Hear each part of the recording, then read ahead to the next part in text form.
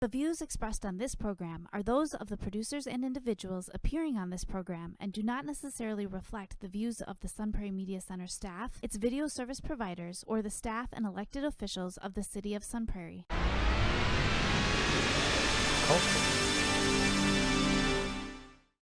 Hello and welcome to Real Reviews. My name is Jamison Rabbit, and this week I am joined by a special guest.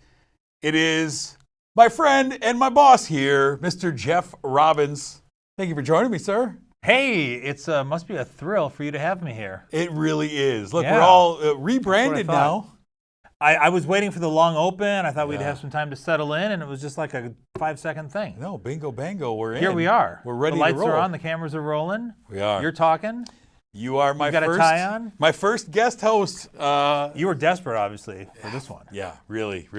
Apparently. We already miss Mike around here. All right, we're here to talk about Wait, let me just say something real quick. Yes.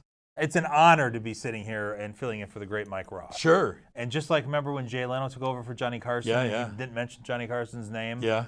I want to thank Mike Roth for all he did and for making this show as good as it was and has been, and I'm sorry for what I'm about to do to it. Oh, that's great. Yeah, there you go. That's heartwarming. All right, let's talk about some movies, sir. And Sure. I'm going to get us started with what we have on the marquee this week. First film we have is called Wrath of Man from director Guy Ritchie. Stars Jason Statham as a man named H. This film is a revenge tale that is bookended with a couple of big heists of some armored trucks. Jason Statham plays a man who has a mysterious past and some skills that kind of exceed expectations when he goes to work for a company that moves millions of dollars of cash every day. And he shows glimpses of these special skills that he has. One of these cash trucks was involved in the opening heist that kind of sets about the events of this entire film. And Guy Ritchie kind of uses his storytelling technique is to kind of bounce back and forth through time. We see a little set piece, then we go to 2 months ago, and then 3 weeks later, and 5 days ago. But I'll get into my thoughts on that. But H goes to work for this company, moving millions of dollars of cash. He's working with a bunch of strange characters, and he also finds that there's a crew that's looking to take down more of these armored trucks, and of course he is on a revenge kick himself, looking to avenge a death that happened to him and his family. And how he goes about it is kind of the slow reveal of this film. We kind of slowly start to find out who he is as it goes along. But Guy Ritchie as a filmmaker, to me, kind of feels like he's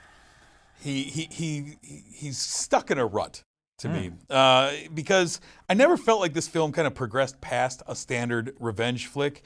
He uses a lot of techniques like bouncing back and forth through time that I feel like kind of cover some plot holes in his story, because I feel like the middle of the movie had some holes in it. And, like all of his movies, basically, he introduces strange characters. A lot of guys have weird names. You got Bullet and Boy Sweat Dave and all these guys with crazy names. We introduce them, and then we just throw them out into the world that he's created. His hallmarks are always some uber violence, some interesting camera work. Sometimes that really works. Like last year, 2 years ago, I guess now, he had The Gentleman, which I thought was great. But it's kind of been his formula for decades, and this film kind of shows that he has a formula. And just throws Jason Statham into it. Your thoughts on this movie, sir? Well, see, now I'm coming from a different place as you are, because I'm not as familiar with the Guy Ritchie canon as perhaps as you are as a professional movie reviewer. So what I liked about this movie is some of the things that maybe you didn't like, and maybe that you're criticizing already, is the fact that it kind of kept me guessing. I kind of came to this movie thinking, oh, this is going to be a stupid action movie. And then I realized, there's some thinking that's going to be involved here. Because there's, like you said, it did jump around a little bit. And I was like, okay, where are we going now? And who's this? And what was that? And then we see, one of the heists we see from various different angles and different viewpoints. Sure.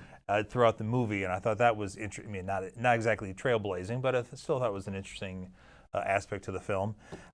So I, it kept me engaged. It kept me moving right along with it. And at the end of the movie, when all the pieces were sort of put together, I walked out a satisfied movie-going customer. I did like in the middle, there's a twist where we start to kind of really find out his past. Right. I enjoyed that, like when they finally started to reveal his motivations more and his past a little bit more.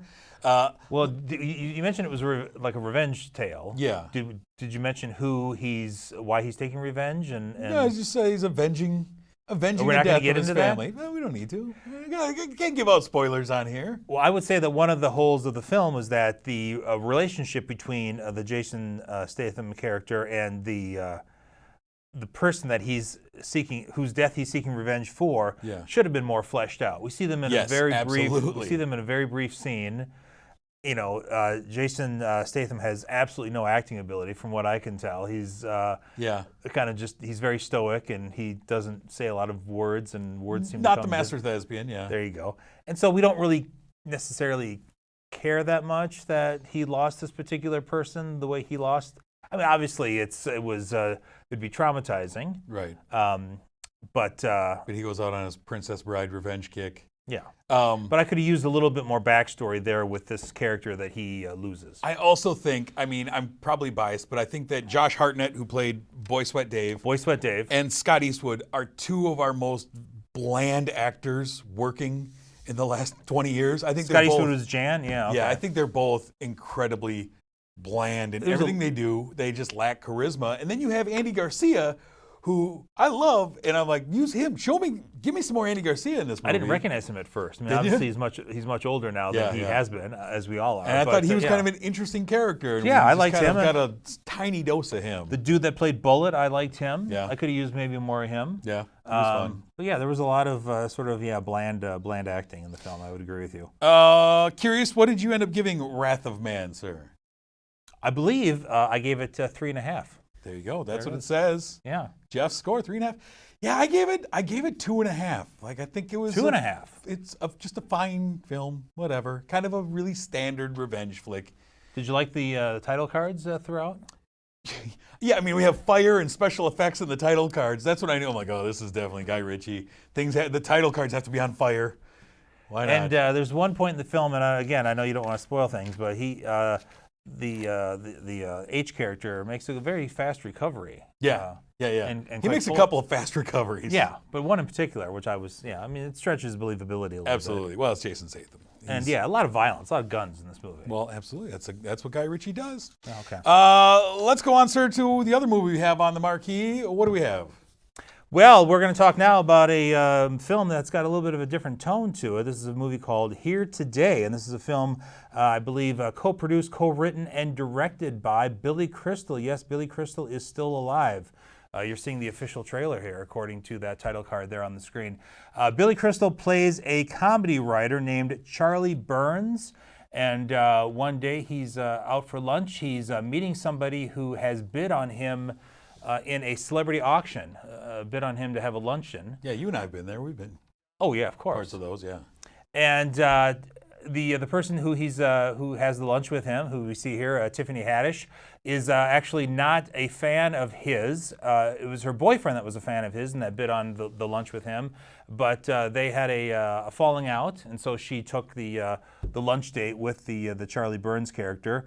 So it's kind of a meet cute there at the beginning, but what do you know? The two sort of hit it off. They have a little incident there, as you saw in the trailer, with she has an allergic reaction to some seafood that she eats, and so the Billy Crystal character has to kind of take care of her, and one thing leads to another, and they form an unlikely friendship. Right.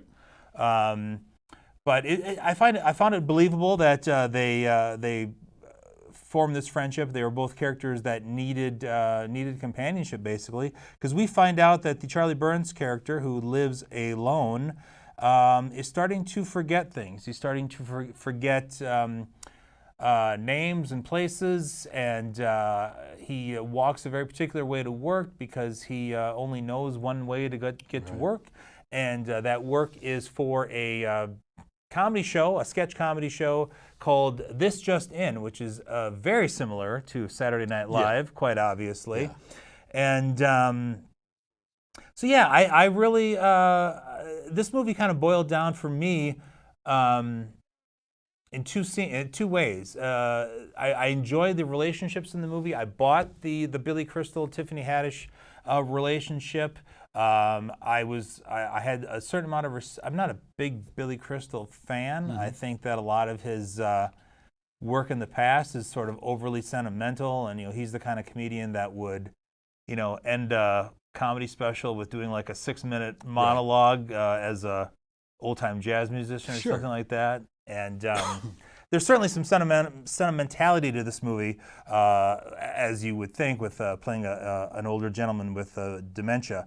But I enjoyed the fact that I sort of respected the fact that Billy Crystal played this old character. He's an old guy playing an old character, and I just wouldn't picture one of his contemporaries like Martin Short or Steve Martin being willing to play sort of a character like this, that they would probably be an old guy that maybe they'd be satirizing or making fun of. He's in a very comedy vulnerable routine. in this movie. Exactly. And that's what I liked about it, was that their relationship was kind of formed out of chaos at the beginning. Right.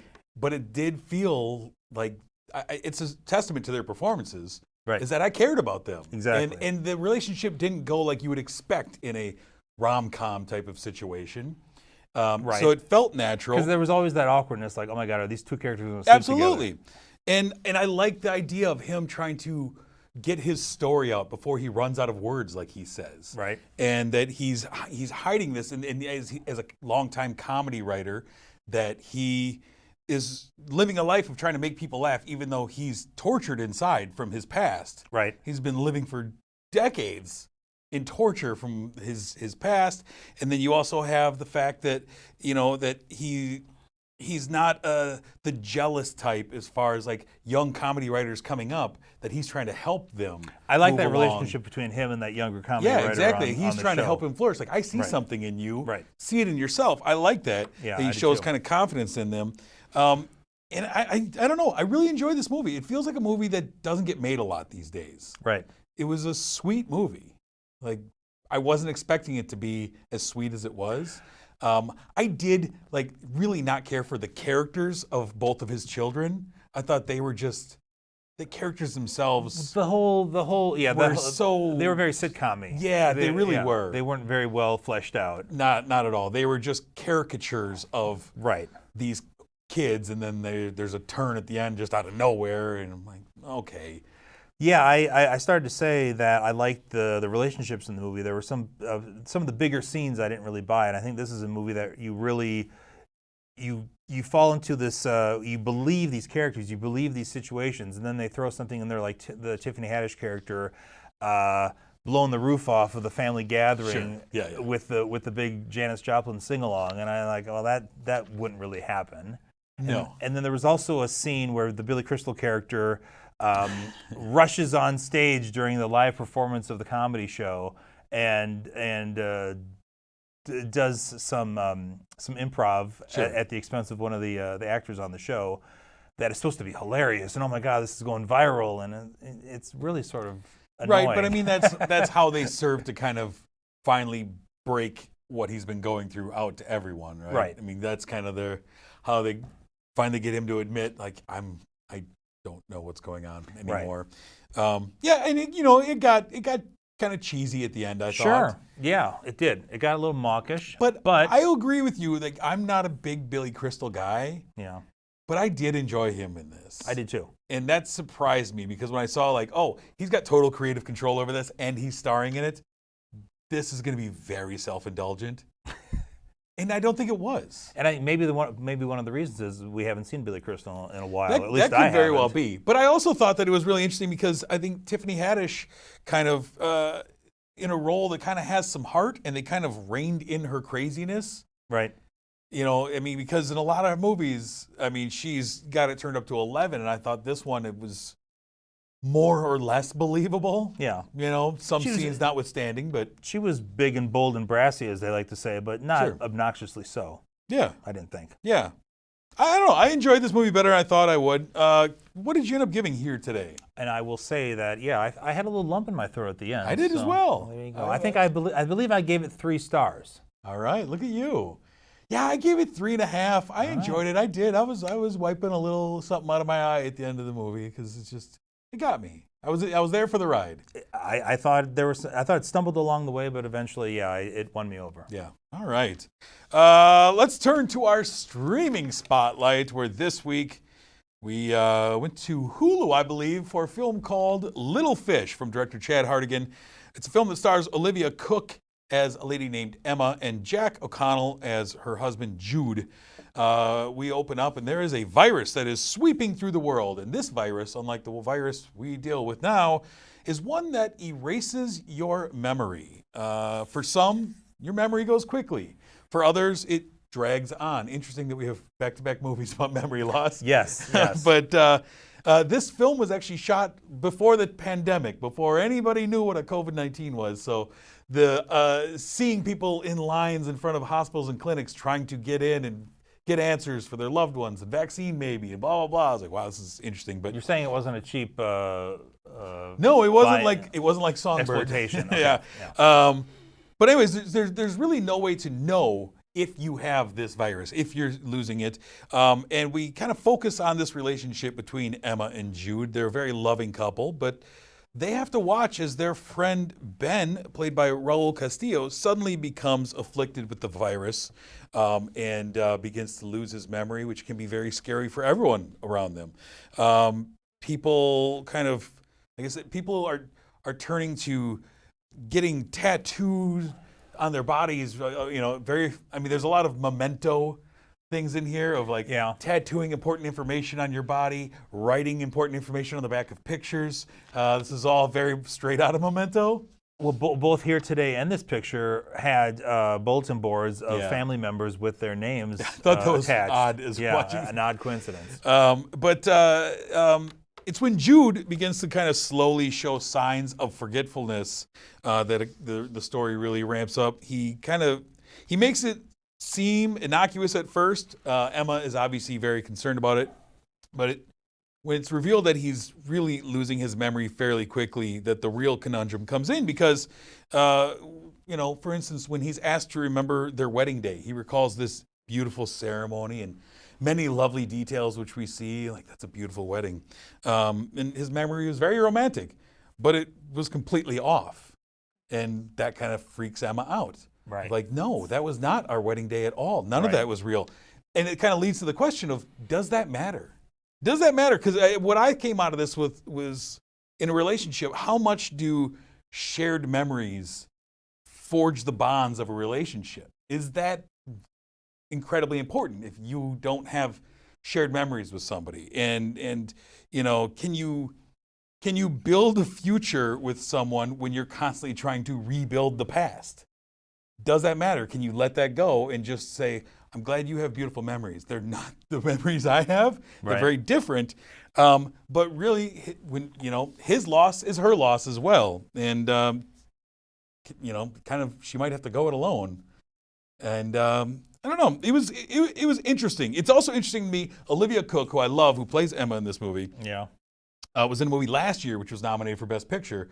Sound of Metal? Sound of Metal, where she is in love with a guy who loses his hearing, and she has to go through this whole thing of, oh my gosh, my life is about to change because everything about the person I love is different. That's the kind of role she goes for. It is. Your thoughts about Little Fish? Yeah, this movie really kind of snuck up on me. I was really, I really didn't know the actors in this film at all, and I really got, I think I've said really too many times, but I really got into this story very quickly. Just like Here Today, I really bought this relationship between these two characters. I found their chemistry really strong. There was like a scene of their second date when they, I found them very endearing. She's sort of, they're kind of looking at each other, and there's that second date awkwardness, and she just says, "Do you want to have sex?" And he's like, "Oh." And I was really won over by both of the lead actors in this film. And I think what sort of freaked me out a little bit about this movie and also Here Today, because these movies do have something in common, is that it's scary to think about to me, this is a real horror movie because I could imagine if this would happen to me, or what happens to the Billy Crystal character in Here Today. I mean, I think all of us fear that on some level, is losing your memory and looking at your wife or your husband. And unfortunately, it doesn't take a virus to have that happen. Right. It's a very real thing that people have to deal with. Yeah. And this is for something that's billed, I think, on Wikipedia or IMDb as like a sci-fi movie. This is a pretty quiet little story. Yeah. But I really, I enjoyed the relationships between the characters. I bought the story about the Ben and Samantha, and the fact that Emma has to think about, well, how am I going to treat my relationship like she's treated hers, or am I going to react in a different way and that's kind of the whole conundrum that's presented to you. It's like the person you love suddenly doesn't remember anything that you guys have done, and you're kind of in a relationship on your own. Then how badly do you want to stick with them, or how much does that matter, because you have two very different relationships going, and as it progresses, like the end of this movie was heartbreaking to me, and it was really tough for me. The final scene, and made me question, like, what did she remember? Did you see the end coming? I mean, because in a way I sort of did, but it didn't really bother me that I kind of telegraphed it a little bit. I saw the ending coming with him, but then there was an ending with her that kind of freaked me out. But the ending was the same as the open. Yeah, I suppose. Well, I shouldn't have given that. No, I gave too much away. But it's true. But I think that it's just a testament to how believable the two of them were. I really found myself caring about these guys and like rooting for them. And the similarity between this and Here Today also is both of the people who are losing their memory are afraid to admit it. He's going to every end to not admit to her that he's losing memory, and he's coming up with tricks to fake his way through so that she doesn't freak out that he's definitely losing his memory. Yeah, but then also then when he realizes he is losing his memory, then they go to fairly big lengths to try to reverse that. Yeah. And there was also the one thing I didn't like about this movie that I thought was a little bizarre was the fact, like you said in your open, that some people lose their memory slowly and some people lose their memory quickly. And they showed like bus drivers just walking off buses. Yeah, that was a little much. Like they not only did they forget who they were, but they didn't know what a bus was. That was the sci-fi part of this movie. That was the sci-fi part of the movie where you have like zombies walking around. That was basically what it was. Because they forget everything about what they're doing. It just comes out, boom. Yeah. But when they focused on these two characters, which they did for the majority of the film, I really enjoyed it. Yeah. What did you end up giving Little Fish? I believe I gave it 4 stars. Nice. It's a nice surprise. This movie or my review? Both. It's great when you find a movie that you don't. Yeah, I had no expectations of this film, so it was a nice surprise. Yeah, I really enjoyed it as well. I give it 3.5 out of 5 stars. Really enjoyable film that we both really recommend if you're looking for something to watch. It's sitting over on Hulu right now, so go check that out. Now, sir, we take a look backwards for our movie throwback segment, and this week I asked you to choose a movie, any movie. I held a deck of cards, pick a movie, any movie, and what did you come up with for us for our throwback? Well, these 30 minutes move pretty fast. It does. So I got to get going here. Yeah, well, I decided to look at a movie that I'd always been curious about, but I'd never actually seen, and that was a movie that came out in 1994 called North. And this movie was written, or co-written, I should say, by Alan Zweibel, who also co-wrote Here Today with Billy Crystal. Right. And this movie is about a boy played by Elijah Wood who feels like he's disrespected, underappreciated by his parents, played by Jason Alexander and Julia Louis-Dreyfus. Yes, Elaine and George are married in this film. And he decides to become a free agent, and he decides to give his services to other parents, other potential parents in the United States. And we see him traveling to Texas and to Alaska and to Hawaii, and overseas even to France. Sure. And he meets up with these various parents, and eventually this movie, that's an old movie. I'm gonna spoil it. Go for Eventually, it. he decides to come back home. Yeah. That his real life parents aren't that bad, and this is a movie that's probably best known, oddly enough, for a review that Roger Ebert gave it back in the day, where he said, "I hated this movie." Yeah. And Roger Ebert even wrote a book or compiled a book of bad reviews, and he used that as the title Oh, yeah. of that book of bad reviews. And this movie was just totally burned by critics. It was given scathing reviews. Both Ebert and Siskel, back when they were very powerful people in film criticism, obviously, said it was the worst movie of the year. And it's not a good movie, No, but it's not. I found it to be harmless and innocuous enough, and that it was like 88 minutes, and it moved along fast enough that I really didn't think it was that bad. I did not like it when I first saw it, and I rewatched it, and I didn't like it this time either. Well, I'm Because not it saying feels I'm like- not recommending it. But it feels like it's just a not terrible. series of sketches that are thrown together and just poorly paced. Like, there's a ton of cameos that they bring into this movie. Sure, you got Dan And Aykroyd, none you of got them land John for Ritter, me. you got, okay. Just like they spend way Kathy too much time Bates. with some of them. Yeah, like, oh, we'll go hang out with Dan Aykroyd and Reba McEntire, and we're gonna spend like 15 minutes. It feels like in there. Yeah.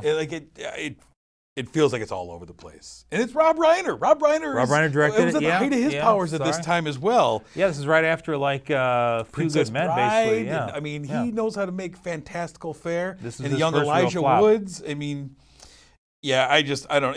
This movie went bad for me was the last half hour when, for reasons I don't want to get into now because it'll take too long, there's somebody trying to assassinate the Elijah that's Wood the whole character. thing is then it becomes just the kind of John ridiculous. Lovitz and that Winchell, his friend Oh, he's character. annoying. That kid is really those annoying. side plots were just so stupid. We did not need all that stuff. That Winchell actor was yeah, very he needed annoying. a punch in the mouth. He really did. Absolutely. Yeah, North. First appearance of Scarlett Johansson. He was, yes, Yeah. absolutely. Yeah, Movie I debut. of course, when I saw this in '94, I didn't know who Scarlett No, of Johansson course, was. nobody but did. Rewatching, I was like, hey, look at that. So not a good movie, but for me, it wasn't the worst movie ever made, as some people have said it is. I wouldn't say it's the worst movie ever made. We've reviewed plenty of worse movies, but a movie that I will not revisit a third time. I don't think I will either. All right, sir.